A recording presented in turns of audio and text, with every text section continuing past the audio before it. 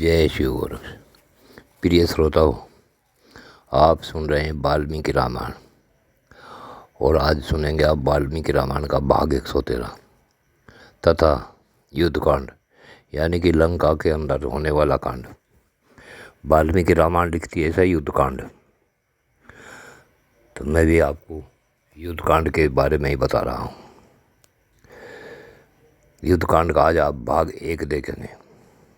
पिछले भाग में आपने सुना जो भी श्री हनुमान जी ने लंका में किया, वह सब आकर उन्होंने भगवान श्री राम तथा अपने महाराज सुग्रीव से सब बातें जो की तो बता दी। इससे आगे का भाग आज आप देखें, भाग 113 में श्री हनुमान जी के द्वारा यथायथ रूप से कई हुए इन वचनों को सुनकर भगवान श्री राम बड़े प्रसन्न हुए और इस प्रकार उत्तम वचन बोले। हनुमान ने बड़ा भारी कार्य किया है। भूतल पर ऐसा कार्य होना कठिन है। इस भूमंडल में दूसरा कोई तो ऐसा कार्य करने की बात मन के द्वारा भी सोच नहीं सकता था जो कार्य श्री हनुमान जी ने किया है। जो हनुमान जी के समान बल पराक्रम से संपन्न हो, ऐसा कौन पुरुष राक्षसों द्वारा सुरक्षित अत्यंत दुर्जय लंका में प्रवेश कर सकता है। हनुमान ने समुद्र लंघन आदि कार्यों के द्वारा अपने पराक्रम के अनुरूप बल प्रकट करके एक सच्चे सेवक के योग सुग्रीव का बहुत बड़ा कार्य संपन्न किया है। हनुमान जी ने स्वामी के एक कार्य में नियुक्त होकर उसके साथ ही दूसरे महत्वपूर्ण कार्यों को भी पूरा किया। अपने गौरव में भी कमी नहीं आने दी, अपने आप को दूसरों की दृष्टि में छोटा नहीं बनने दिया और सुग्रीव को भी पूर्णतः संतुष्ट कर दिया।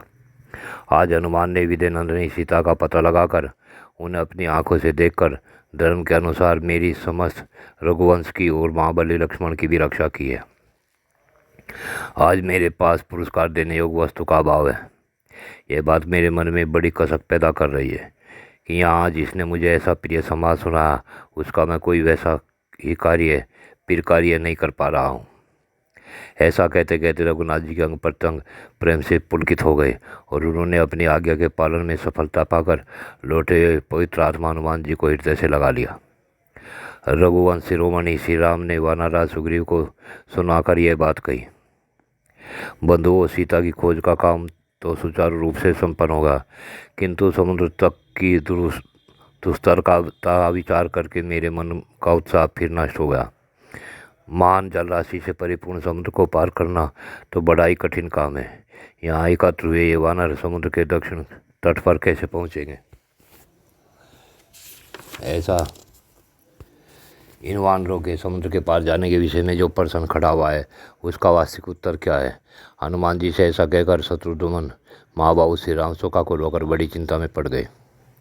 इस प्रकार शोक से संतप्त हुए दशरथ नंदन श्री राम से सुग्रीव ने उनके शोक का निवारण करने वाली बात कही।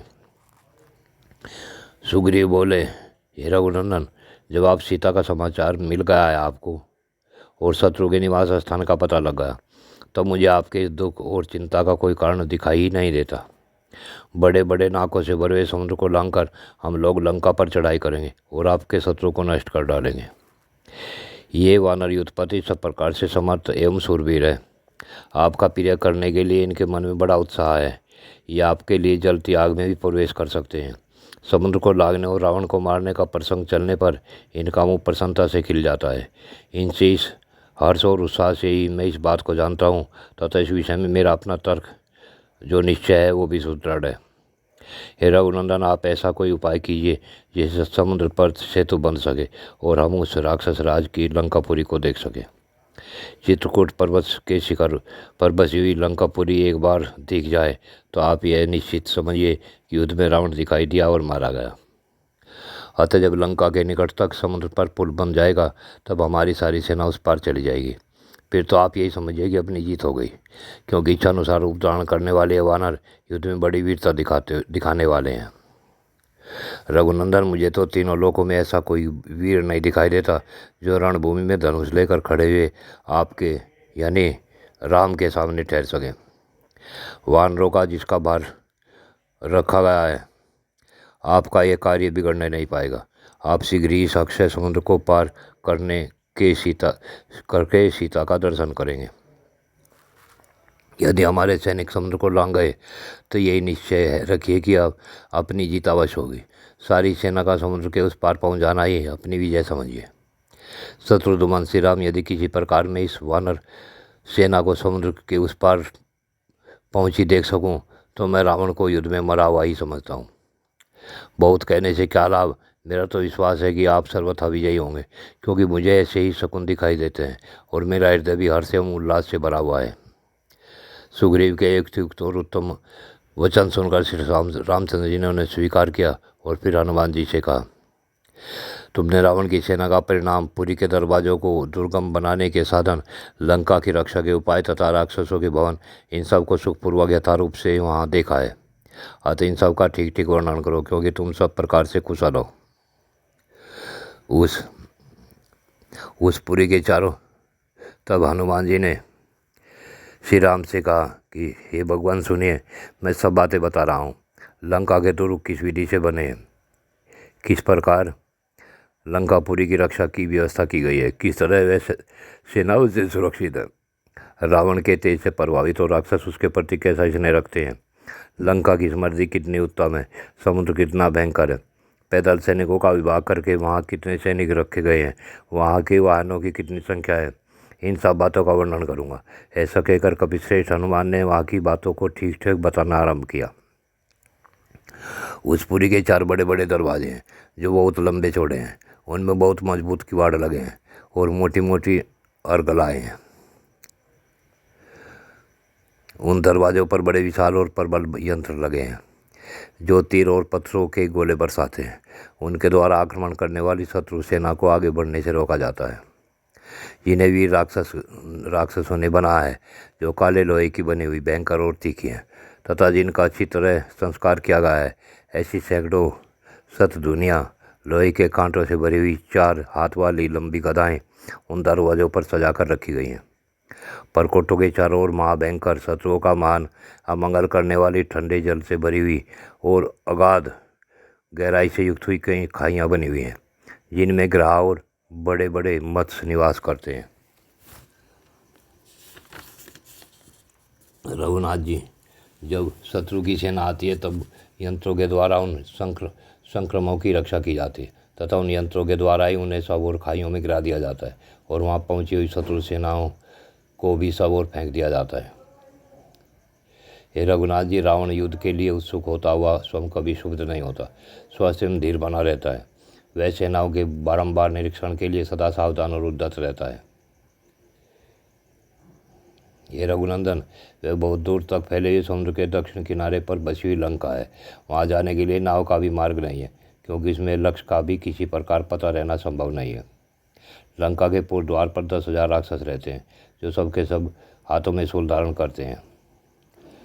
लंका के दक्षिण द्वार पर शत्रुघ्न सेना के साथ 1 लाख राक्षस योद्धा डटे रहते हैं।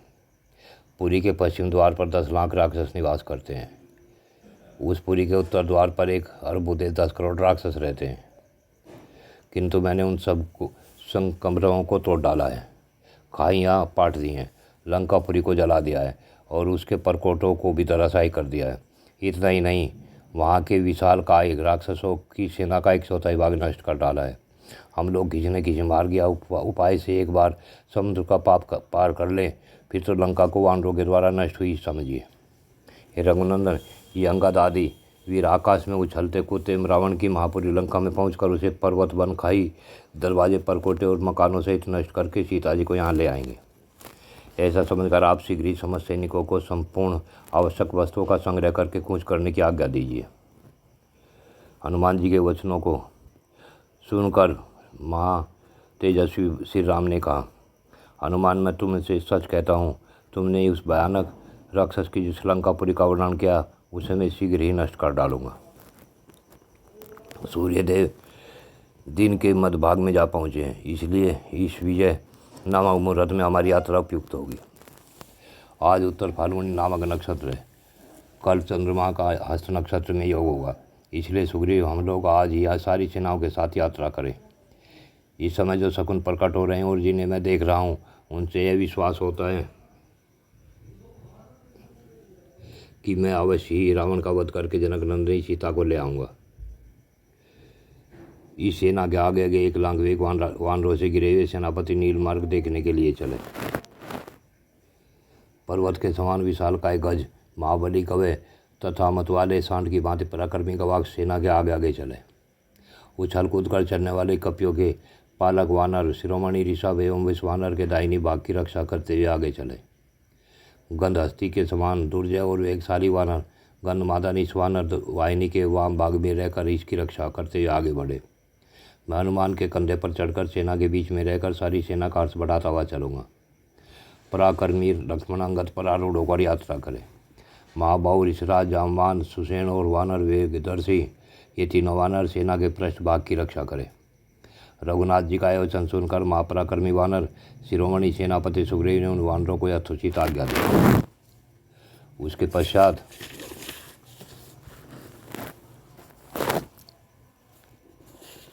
वह सारी सेना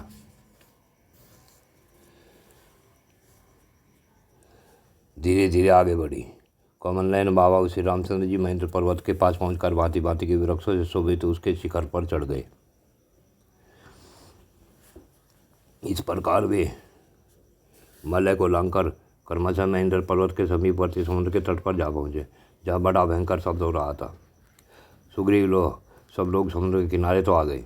अब यहाँ मन में फिर वही चिंता उत्पन्न हो गई जो हमारे सामने पहले उपस्थित थी। इस प्रकार सीताराम के शोक से दुर्बल हुए महाबाहु श्री राम ने समुद्र के किनारे पहुंचकर उस समय सारी सेना को वहाँ ठहरने की आज्ञा दी। इस समय कोई भी सेनापति किसी भी कारण से अपनी सेना को छोड़कर कहीं अन्यत्र न जाए। समस्त शूरवीर वानर सेना की रक्षा के लिए यथास्थान चले जाए। सबको यह जान लेना चाहिए कि हम लोगों पर राक्षसों की माया से गुप्त भय आ सकता है।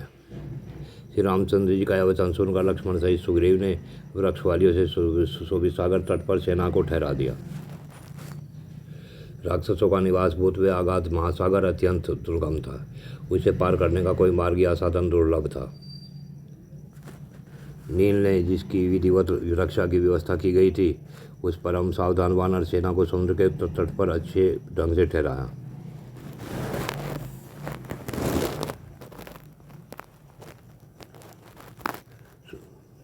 श्री रामचंद्र जी लक्ष्मण की ओर देखकर बोले कि शोक बीतते हुए समय के साथ स्वयं भी दूर हो जाता है, परंतु मेरा शोक तो अपनी प्राण बल्लभा को न देखने के कारण दिनों दिन बढ़ रहा है। मुझे इस बात का दुख नहीं है कि मेरी प्रिया मुझसे दूर है अथवा उसका प्रण हुआ है, इसका भी दुख नहीं है। मैं तो बारंबार इसलिए शोक में डूबा रहता हूँ कि उसके जीवित रहने के लिए जो अवधि नियत कर दी गई है वह शीघ्रतापूर्वक बीती जा रही है। अपहरण होते समय मेरी प्यारी सीता ने जो मुझे हा नाथ कहकर पुकारा होगा, वह पिए हुए उत्तर स्थित विष की भांति मेरे सारे अंगों को दग्ध कर किए देता है।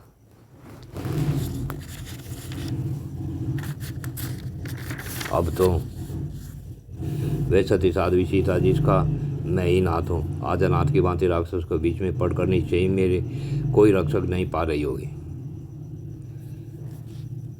बुद्धिमान श्री रामचंद्र जी वहाँ इस प्रकार विलाप कर ही रहे थे कि उस समय लक्ष्मण के धैर्य बंधाने पर शीघ्र से शोक से व्याकुल हुए श्री राम ने कमल नयनी सीता का चिंतन करते हुए संध्योपासना की। इधर इंद्रतुल पराक्रमी महात्मा हनुमान जी ने लंका में जो अत्यंत भयावह घोर कर्म किया था, उसे देखकर राक्षस राज रावण का मुख लज्जा से कुछ नीचे को झुका और उसने समस्त राक्षसों को इस प्रकार कहा, निशाचरों, वह हनुमान जो एक वानर मात्र है, अकेला इस दुर्घर्षपुरी में घुस आया। उसने इस तहस नहस कर डाला और जनक कुमारी सीता से भेंट भी कर ली। इतना ही नहीं, हनुमान जी ने मुख राक्षसों को मार गिरा और सारी लंकापुरी में खलबली मचा दी। अब मैं क्या करूं? तुम्हें जो कार्य उचित और समर्थ जान पड़े तथा जिसे करने पर कोई अच्छा परिणाम निकले उसे बताओ। आप सब लोग परम बुद्धिमान हैं, इसलिए अच्छी तरह सलाह करके कोई एक कार्य निश्चित करें, उसी को मैं अपना कर्तव्य समझूंगा।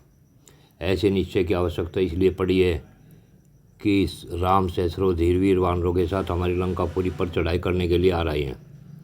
यह बात भी भली भांति स्पष्ट हो चुकी है कि वे रघुवंशी राम अपने समुचित बल के द्वारा भाई सेना और सेवकों सहित सुखपूर्वक समुद्र को पार कर लेंगे।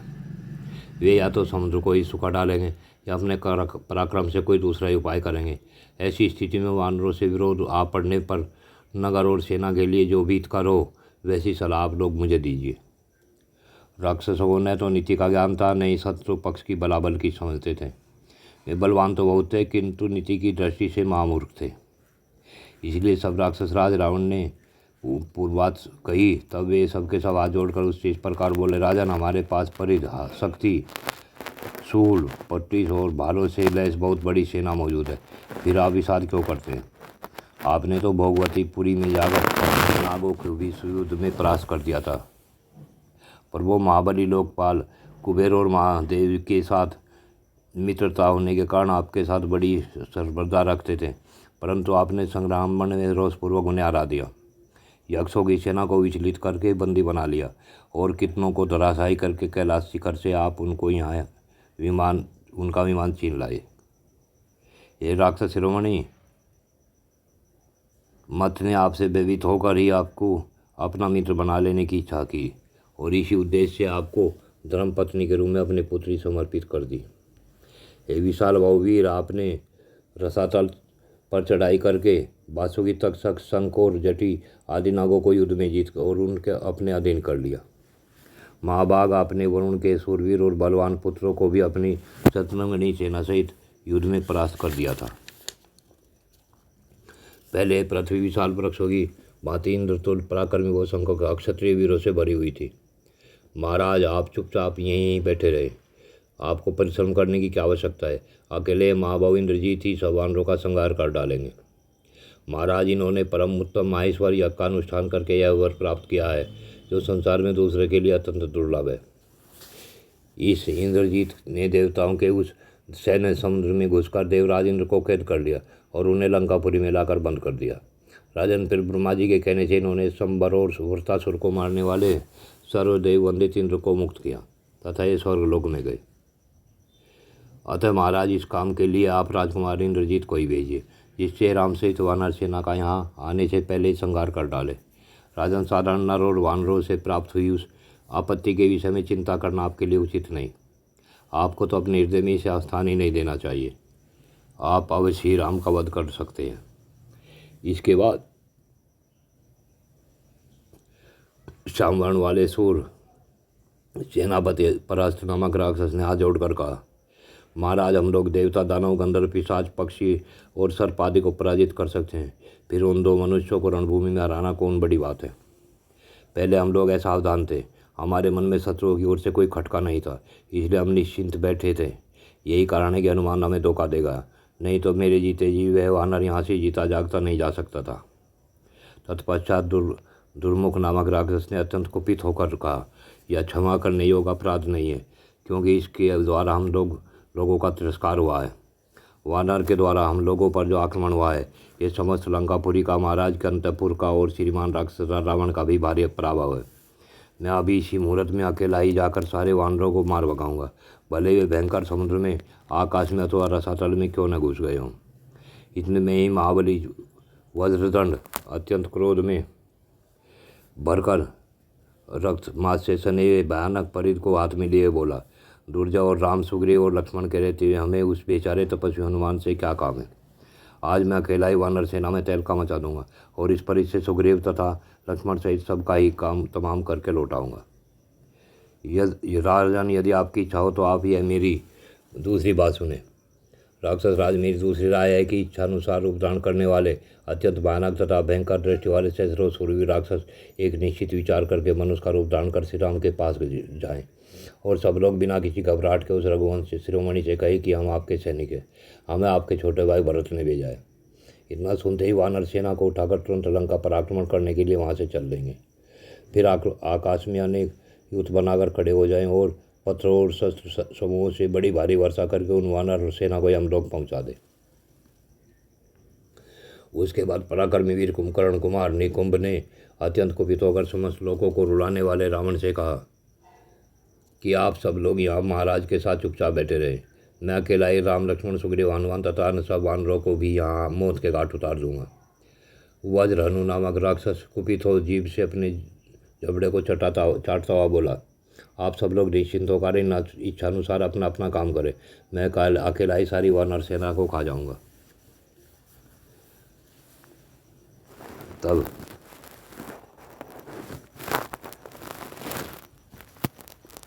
विभीषण ने रोका और उन्हें बिठाकर दोनों हाथ जोड़कर रावण से कहा, हे तात, श्री रामचंद्र जी बेखबर नहीं है।